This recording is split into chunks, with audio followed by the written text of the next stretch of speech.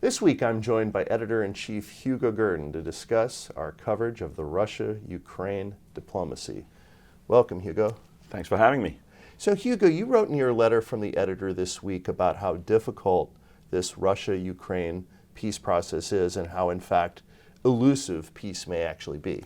Yes, it seems to me that although there seems to be at least expressions of optimism from the Trump administration and from the negotiators, that one would bet, if one were betting one's last dollar, that this isn't going to work out, because it still seems to me that the maximum that Ukraine can plausibly be expected to offer is less than the minimum that Vladimir Putin is demanding. Mm-hmm. And the truth is that Putin has not had sufficient pressure put on him to lessen his demands. He's not paying the price, except in the cost of death of a lot of Russian soldiers. But as I wrote in the piece, historically Russia has been willing to have its own people killed in high numbers in war, because they just see that as a cost of doing business. Mm-hmm.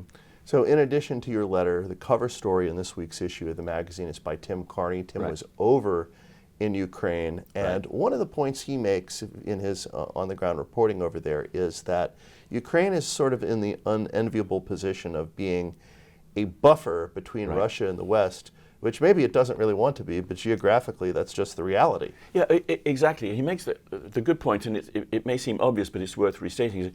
The one thing that Ukraine cannot do is move. It's going to be next. It's going to be next to Russia, between Russia and the rest of Western Europe, no matter what the deal is. And the point that Tim makes, or one of the points he makes, I think very well, is that Ukraine, recognizing this and recognizing the advantage to the West in having a buffer state between itself and Russia, is something that should actuate the thinking of the West. It's not a war that is simply about helping Ukraine, helping this liberal democracy, if one would like to think of Ukraine as being that. Mm-hmm.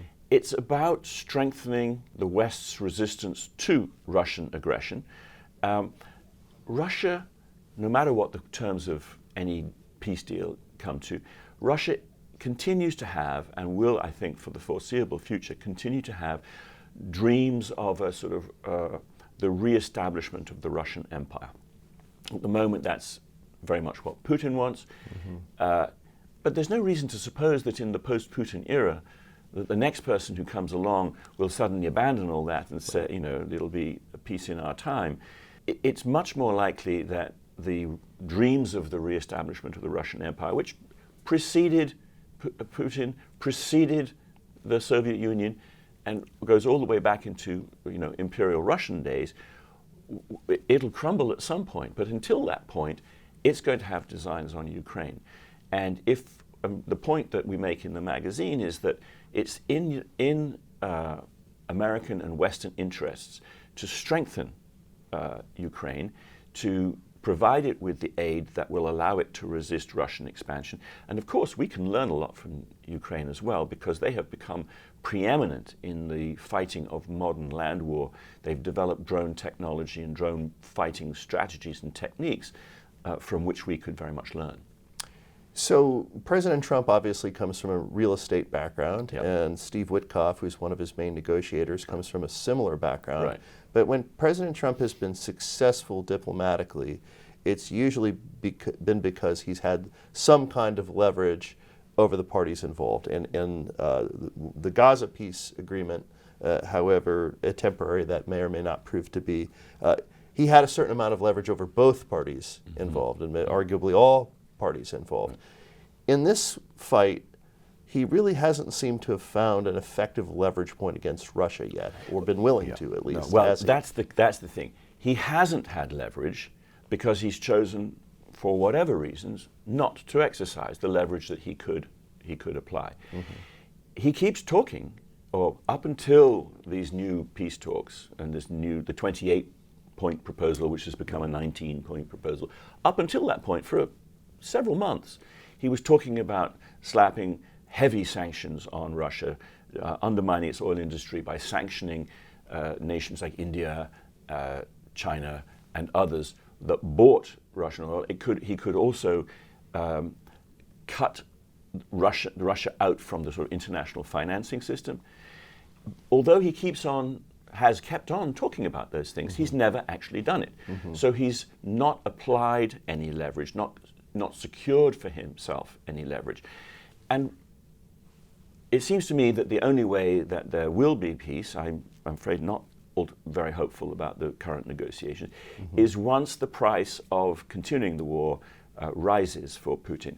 And one of the problems of the new peace proposals and the negotiations is that once again it has released Russia from pressure, reduced the pressure on Russia.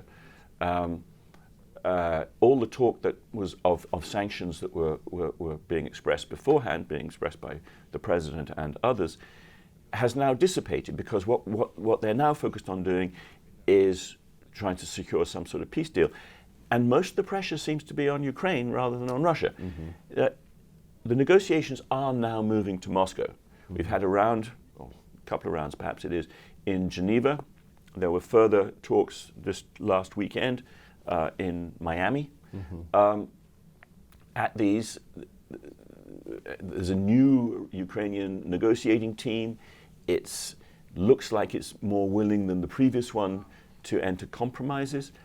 But there's nothing to suggest yet that Moscow, that Putin is willing to reduce its demands.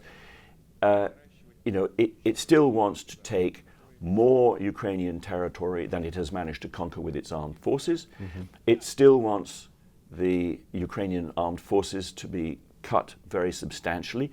These are things which seem to me, and seem to a lot of Ukrainians and a lot of analysts, to suggest that what Russia is doing is using these peace proposals simply to weaken Ukraine and make it more vulnerable to further attack when, as seems likely, the tyrant in the Kremlin decides it's time to break his word again. So there does seem to be an element of this where America's posture seems to be to a certain degree dictated by whether in a given moment President Trump is more irritated with Zelensky or Putin, and that has varied over time. Yeah, that's absolutely right, and I think that actually also helps our understanding of why these peace negotiations are, I think, less likely to succeed than to fail.